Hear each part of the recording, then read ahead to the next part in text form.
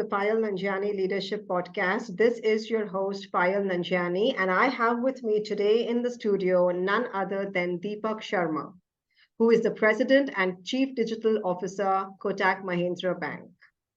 Deepak, he heads the Kotak Mahindra Bank's digital initiatives, where he drives digital transformation, business model innovation, and future ready initiatives of the bank.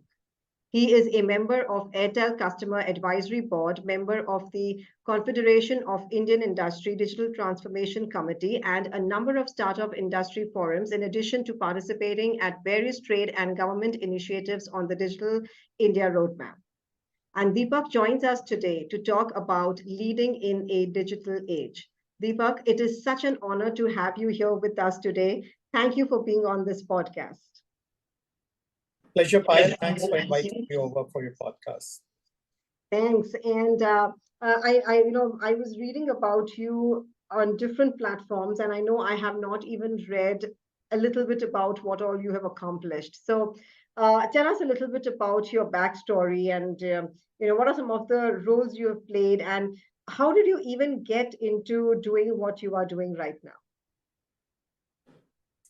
So, Payal, I would say that I never planned or envisaged of what I'll end up doing today if you would have asked me this question maybe 5 or 10 years back. Because one of the core philosophy with which I have lived both personally and professionally is to take a day at a time. I am one of those people who do not really have a very, very firm and a strong plan of what I will do 5 years or 10 years from now. Neither I can answer this question today about what I'll do 5 or 10 years later, nor I could have answered this question 10 years or 20 years back. However, having said that, I think there are a few things that I love doing, and whatever I'm doing today is an outcome of that. One is I'm always intrigued by the world of possibilities and seeing what is not there, but that can happen in a few years from now or probably a little later.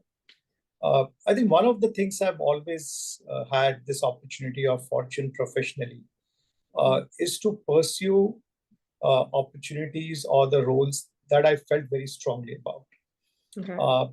Because when I joined Kotak, for example, 15 years back, I started to build a couple of businesses in Kotak. I was there to build a priority banking business. Then I realized that the world around us post 2008-9 was changing. There was a lot of flight of money into India. And we realized that there's a great opportunity to take Kotak beyond the shores of India. And I went on to set up our NRI and Forex and cross-border remittance business. In 2013, I saw that there was 3G was coming in India. And somewhere I felt that banking is going to change and change forever. And as firm, when we were looking at changing and prioritizing digital channels, that time we used to call mobile as alternate channel and stuff like that.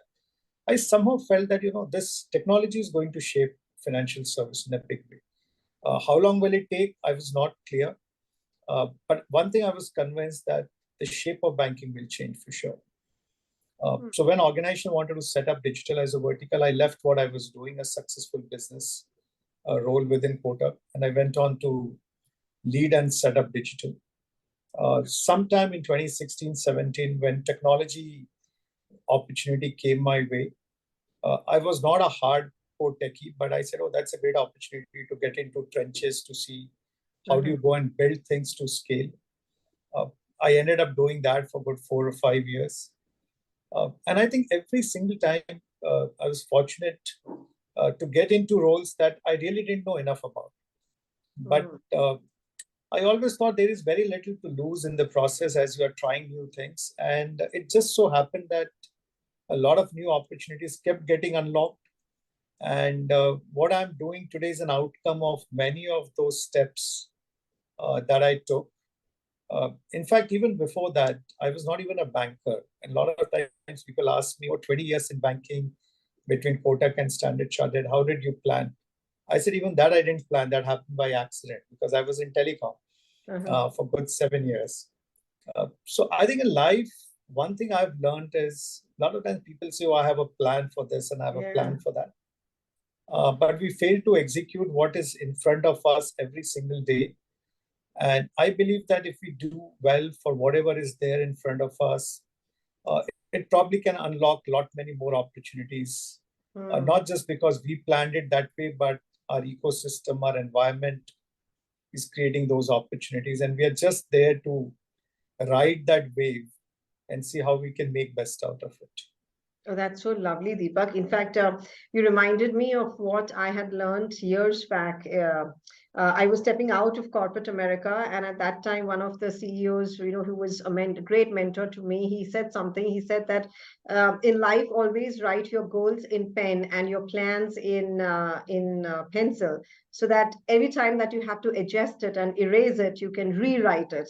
And that just brought me back to him when you shared about how you never planned anything and things went ahead. But do you see, like, the current workforce who is entering, they always have a set plan, this is what we need to do in the next 5 years, this is where we should be.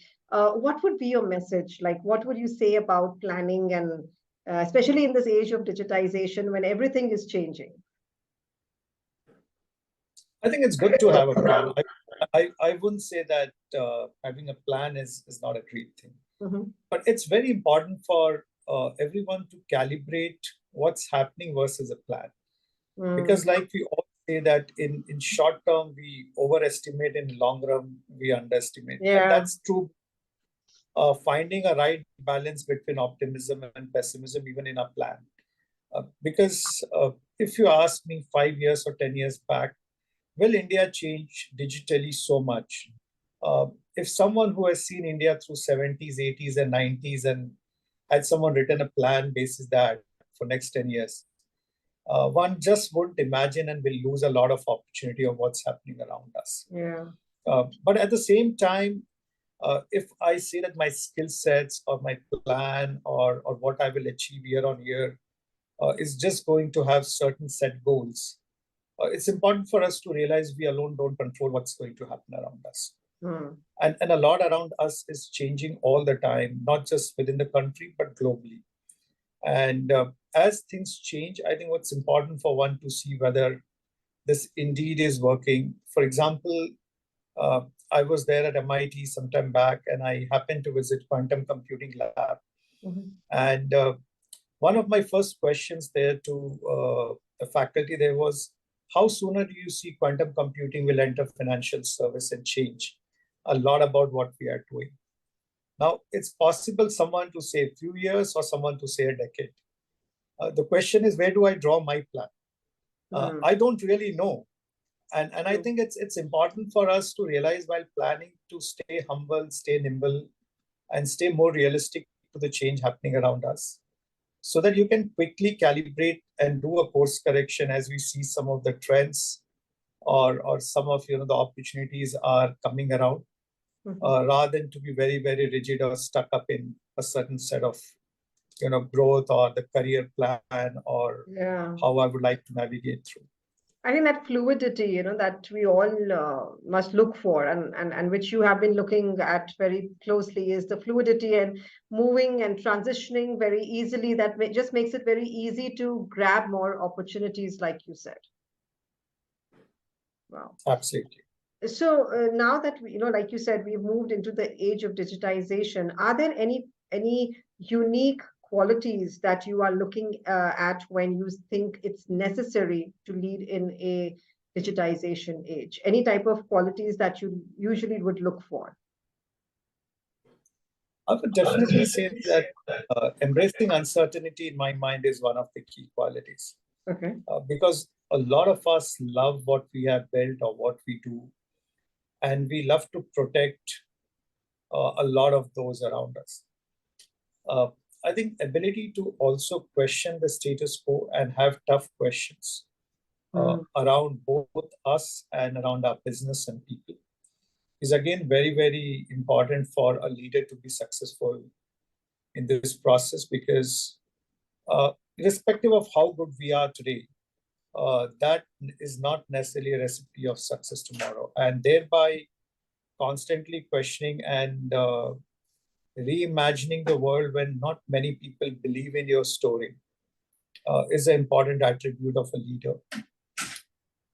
Also, through personal experience, I have realized that articulating the vision or the communication is again a very important part of leadership. Because a lot of times people do know what needs to be done, but they fail to take people along. Because like every time when there is a great idea, you'll always find few people will believe in it, but majority will say, oh, this is not going to happen, or demonstrate before I will jump on the ship. And I think how do you align and create that conviction in the team and demonstrate some early success coming out of the vision, again becomes a very important part. And thereby, I'm a strong believer that rather than big, mega, long-term bets, I think demonstrating the transition through smaller, achievable micro bets becomes a very important part of a leadership, especially when you are embarking change in either a business model or operating model, or introducing a new technology, or changing the way of working. Also, every time when we do this kind of transition, it does impact people, some roles, and a lot of time people are more worried about what will happen to me as these changes embark. And I think again, it's important both communication and conversation to say why change is must. And I think it's not easy. I mean, so often we talk about more of hard skills as the sense of leadership and digitization. But through my journey, I've seen these are more of the softer skills of driving organization-wide mindset, aligning people, getting them to believe, uh, giving them a vision of how their role would transition out, or if they need to actually even upskill to stay relevant. I think it's important to have those conversations when you're driving transformation in the organization. But a lot of people, like you said, people do believe that digitization is making them obsolete, and it's just making them take a step behind because they are not keeping up with their learning and with their development. So is that something that is such a continuous process, or how would you see that? I would partially agree with that, Payal, because I think we need to separate between making certain people less relevant versus the skills less relevant. So often people and skill, they associate that as one, and thereby they say, okay, this is not something that I'll end up doing, so I'll be less relevant or irrelevant. I always keep saying it's more about the skills that we adopt. And I give my own example, because it's not that what I'm doing today is what I was doing 5 years or 10 years or 20 years back. As long as we can every day morning get up and say, hey, listen, there is something new I'm going to learn and going to put into use. I think that is a very important part of the journey of continuous learning. So gone are the days you can get a degree out of a college and say, now I'm good for life. I don't think what you earn out of college is good even for you for next 5 years. So to that extent, if people believe in continuous learning and improvement and applying that back into work, I would say such people have always seen great opportunity coming.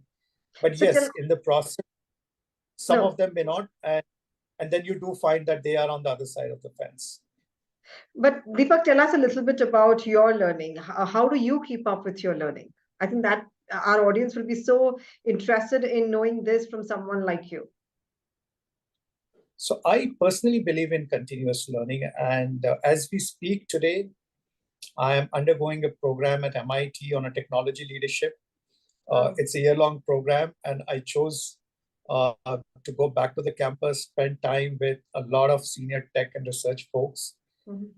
And that's where I was talking about learning a lot, be it on a quantum computing, be it on terms of what can we do on 3D. One may say what 3D has got to do with banking. I don't know today. But how would some of the technologies will shape and change the world around us? I'm definitely keen to get into.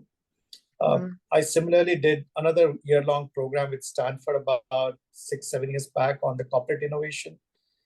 So I take time out of work to go back and spend that time, especially to upskill and learn beyond what I get to do at work. The second part of the learning is continuous learning by asking for a role or getting into opportunities where you're not very comfortable doing it. Oh, that's lovely. For example, as a part of role, I had started leading and building a design studio within Kotak. Now, I'm not a design guy, but the moment I started to bring in smarter set of people around me who knew this well, the mandate was to go and create the in-house design studio. I started to spend a lot of time reading, learning, interacting with them to see what it takes to build design thinking in product development. Similarly, went and created a separate team for consumer insights. Again, the whole behavioral psychology is never taught in financial service. Why customers choose what they choose and what goes into their decision-making process. A lot of times you realize, what has that got to do with what I do in the bank? But then when we start to build a lot of our products, journeys, experience, it's important for us to put ourselves in customer shoes to see how would I create and build different journeys and experience.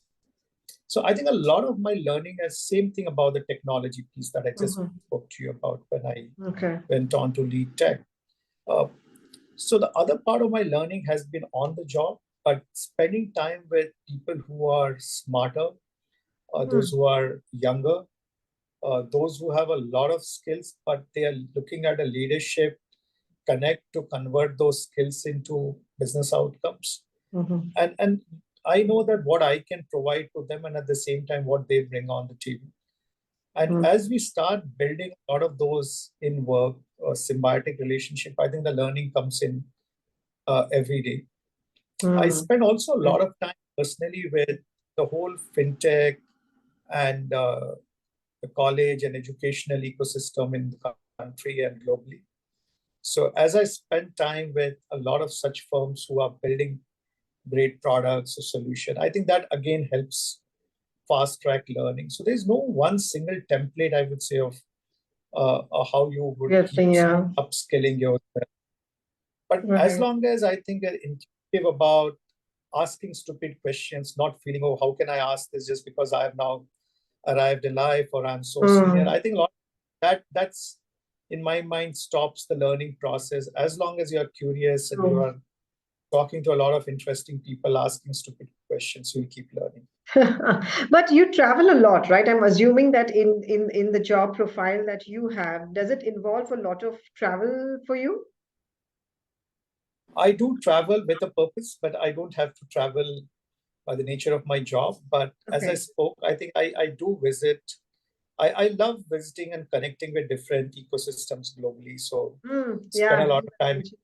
I spent a lot of time in Israel and learning a lot around security, or probably China prior to COVID. Obviously, a lot in North America. So yes, I think fortunately I do get to connect even the ecosystem out of Singapore, Middle East, because different parts of the world are solving something which is very unique. For example, a lot of crypto work around the whole cryptocurrency and cryptography is now happening in Dubai and Middle East. A lot of ASEAN economies, Singapore, Indonesia, are again building a lot of consumer tech firms. So as we understand and integrate, yes, I do learn, pick and see how some of these can be relevant in our journey as we build our products. So Deepak, since you have been traveling, you've looked at the ecosystems around, you brought so much of transformation, at Kotak itself. In your view, how would you separate good companies from great companies based on the digitization? Like basically today, what we are seeing is just because the word digitization is becoming a buzzword, everyone wants to take bits and parts of it and apply it in their company and say, hey, we've also digitized. So how do you separate good companies from great ones? So Payal, I would frankly say digitization, like you said, it's an overrated word. I think probably 5 years back, people used to think it's very cool to say, oh, we are doing digital transformation. And I kept saying even that time that you cannot do transformation without digital in it. So tell me a transformation that you can do minus digital, and it is very difficult. So But I think today now we have all gone through a big matured curve of, is digitization more of a good thing to say, or what has it produced? I often question 4 or 5 things when any company, including ours, we talk about projects or initiatives, is what are the measurable outcomes that you have achieved as a part of it? If you're an incumbent organization like financial service and many other industries, I think initial digitization always started with transforming to be more efficient, productive, reduce your cost, try to drive better efficiency or compliance. So there were clear, tangible benefits to say, how can we be more lean, efficient in what we do, and thereby have that competitive advantage to compete against a new player who's getting into our industry. Very soon, the digitization changed to not about transforming alone, but about using that to build new business models or enter into new markets or create a different value prop for new customer segments that we couldn't serve. For example, for us, the cost to acquire a customer in a traditional world continues to be high because it's a high-touch financial service business. Okay. But the moment we looked at digitization as a way to acquire customer at probably a fraction of the cost, build a new digital business model, 811, which is now the largest digital bank coming out of any bank in India, happened. So digital became then a way to run new businesses. The more mature form of digitization, and that's where we are in our journey today, is to look at what are the opportunities in the future and what bets can we take today to be part of it. It can be an account aggregator, it can be an open network for digital commerce, or the central bank digital currency, or the new cash flow based lending. So depending on where you are in the journey, different companies are at different stages of evolution still. But more important question to ask is, what have you achieved out of these? And I think the moment you start putting numbers to it and look at the contribution to their balance sheet or P&L, I think then you start to see whether transformation is really adding that small delta or is really making a big difference. Oh, that's so wonderfully put. In fact, as you were saying that this is how you differentiate between them, it was just reminding me that it's not all about just taking and putting it in practice. It's also seeing about what the outcome is going to look like. And maybe you might not be a company that needs a big type of a digitization or a transformation in that, bit like you said, smaller steps, not necessarily always planned, but smaller steps can really get you there. So I think it's also important because that brings the discipline of prioritizing which initiative should you go after. Because at the end of it, we have limited resources and how much you can invest on these. Otherwise, everybody is happy to do a project, but it does not really add up to the value that company gets.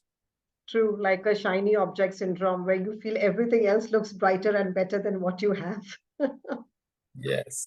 So what would be your advice to leaders who want to succeed in their careers?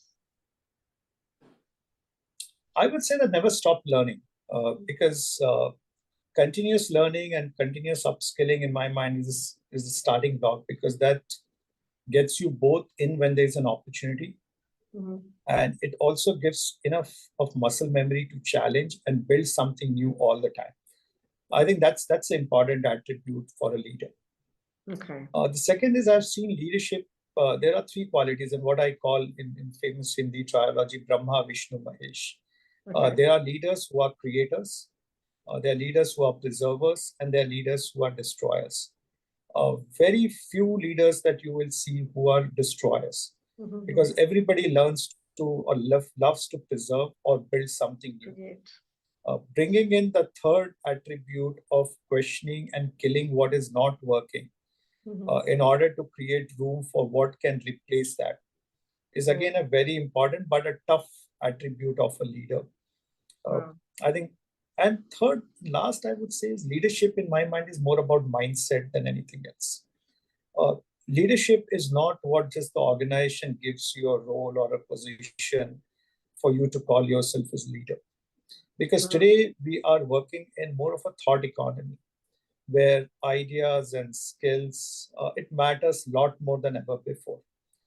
And I think if one has this attribute mentally conditioned to lead through uncertain times, irrespective of whether you're leading a small team or the large organization, I think that sets you on the path for an accelerated growth. Oh, that's wonderful. I loved the analogy that you gave about the creator, the destroyer, and the preserver. I think that was a great analogy, and I've never heard something like this. So, it's just registered in my mind, but that was superb. I want to move on to our last segment, Deepak, which is the leadership rapid fire. Sure. Okay, so that's basically where I would talk to you about something, and you in a very quick way, and when you hear the question, whatever comes on top of your mind, you can answer that. You ready? Yeah. Okay, great. Okay, the biggest leadership myth you've ever heard. Leadership is about control and telling people what to do. Okay. One thing that motivates you to get out of bed every morning. Every day is filled with new opportunities. It's for me to go and grab those. I remember earlier also you said that every day you wake up to just thinking what new you've got to learn and what new you've got to grab. So I was expecting that to come. What's your favorite part of being a leader? We'll find a way or we'll create one. I keep just saying this to myself Awesome. and to people. That's awesome. Which superpower would you choose? Invisibility or mind reading? Oh, mind reading any day, because I should ask why. I wish I can be thinking beyond what people say, and that makes you far, far more richer in what you build, create, and navigate. You would also know then why they are thinking what they are thinking. Absolutely. Your biggest leadership challenge? I think balancing between strategic long and tactical short, and breakthrough versus incremental innovation. I would call it as the two keywords. Okay. And if you could travel back in time and change one thing about the corporate world, what would that be? Build organizations around purpose and ensure that the corporates are connected with social good alongside profitability. Are we heading there? Because I read so many articles these days that are putting the focus on purpose and saying that you've got to be a corporate which is purpose over profit. So do you think we are heading there, or do we still have a long way? I would say there is a long way yet, because we're making progress, but the certain way of running business will take its own time before you start to completely say that we are a purpose-driven organization. And I think the new workforce that is entering, or has entered for that matter, is a lot purpose driven. They are not the ones who want to retire with a golden watch, but at the same time, if you give them a challenge, you give them a problem to solve, you give them a deeper purpose to work on, they want to stick around with you. And otherwise, they really are looking for these types of challenges and purpose, not just for a comfortable work life or to retire with a golden watch. So I think that change, like you're saying, that's a long way, but somewhere the wheel has started to rotate, and we are rolling into it. No, absolutely. I think we made a beginning. Just that there is still a long way to go. True, absolutely. Has been such a great conversation with you, Deepak. And I must say that everything that you shared has been very insightful, and I know how your time is busy with your work schedule, but thank you so much for making the time and taking the time to be here on this podcast. It's a pleasure talking to you, Payal. I really loved it being on your podcast. Thank you so much. And this is to our listeners. This is Payal Nanjiani and Deepak Sharma wishing you loads of success in your career life. God bless.